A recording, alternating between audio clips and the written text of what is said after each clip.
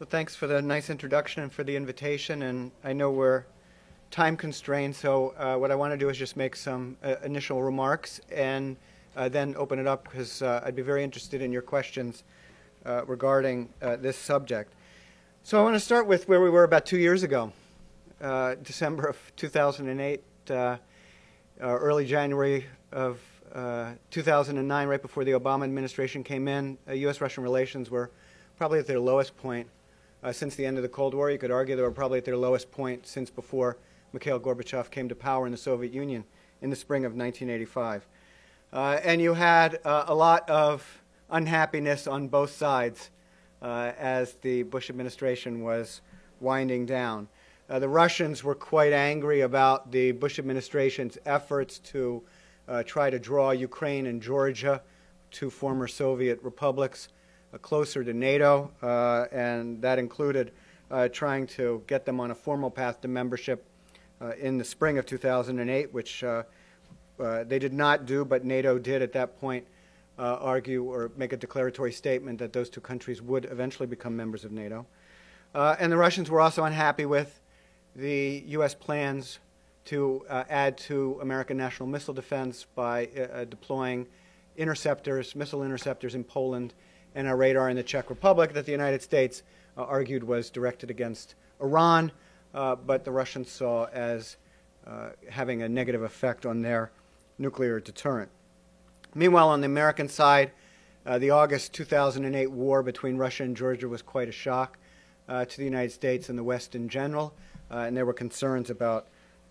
what that might portend for future Russian behavior. And there was also tremendous concern that had grown during the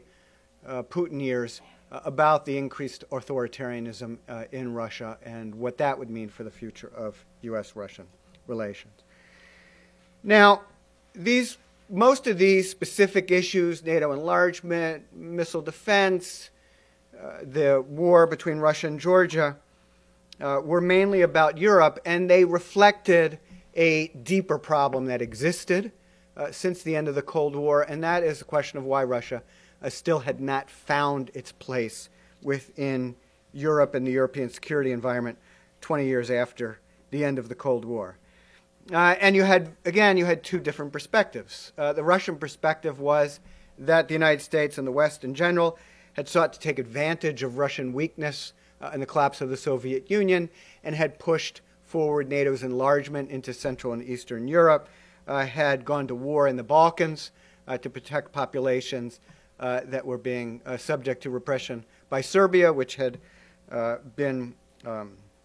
a Russian partner, that you had the United States pushing forward a missile defense plan that seemed to, from the Russian standpoint, be directed against Russia, and that the West had not given Russia a full voice in the security affairs in Europe. The American view was that the Russians did not appreciate the role that NATO enlargement was playing in creating greater stability across Europe and allowing the zone of peace and prosperity that had developed in the West to move toward the East, and that the Russians were undermining this effort to extend the community of democracies by their behavior in places like Moldova and in the breakaway regions in Georgia.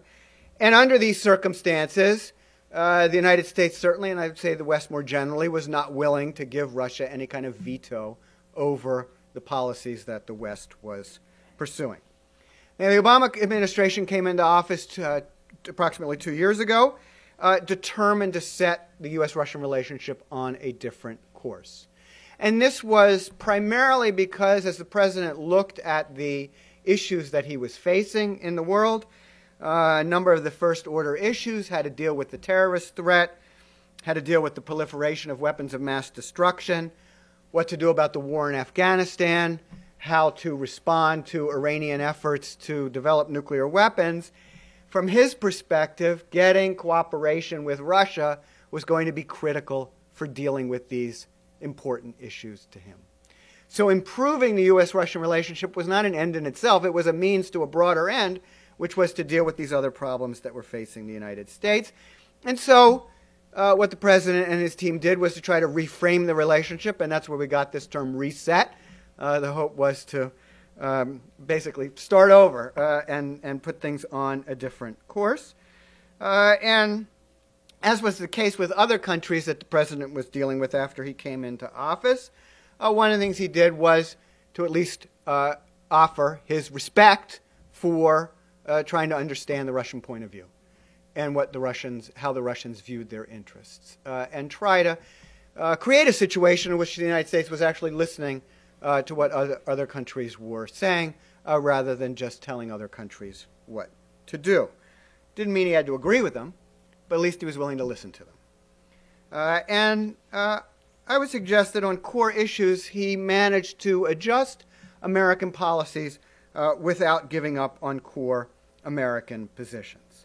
For example, on NATO enlargement, it was already fairly clear by the end of the Bush administration that the United States was not going to be pushing hard to bring Ukraine and Georgia into NATO, despite what had occurred earlier in 2008. By the end of 2008, the United States had moved away from the policies earlier that year, even though it was still sticking to the line that the door was open to countries that wanted to pursue that path, and that was something that the Obama administration would continue. Make clear that this was not anything that was going to happen imminently, but maintain the integrity of the alliance by making sure that it was clear that the door was still open. On missile defense,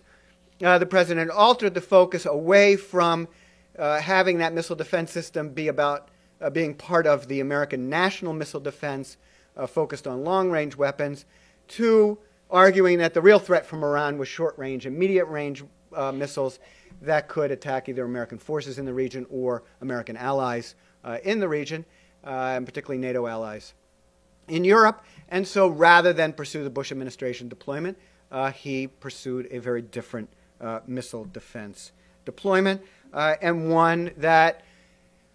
both better reflected the national security needs of the United States, as Secretary of Defense Gates, who had also been in office under President Bush, argued when this proposal was put forward, and also was less threatening to the Russians.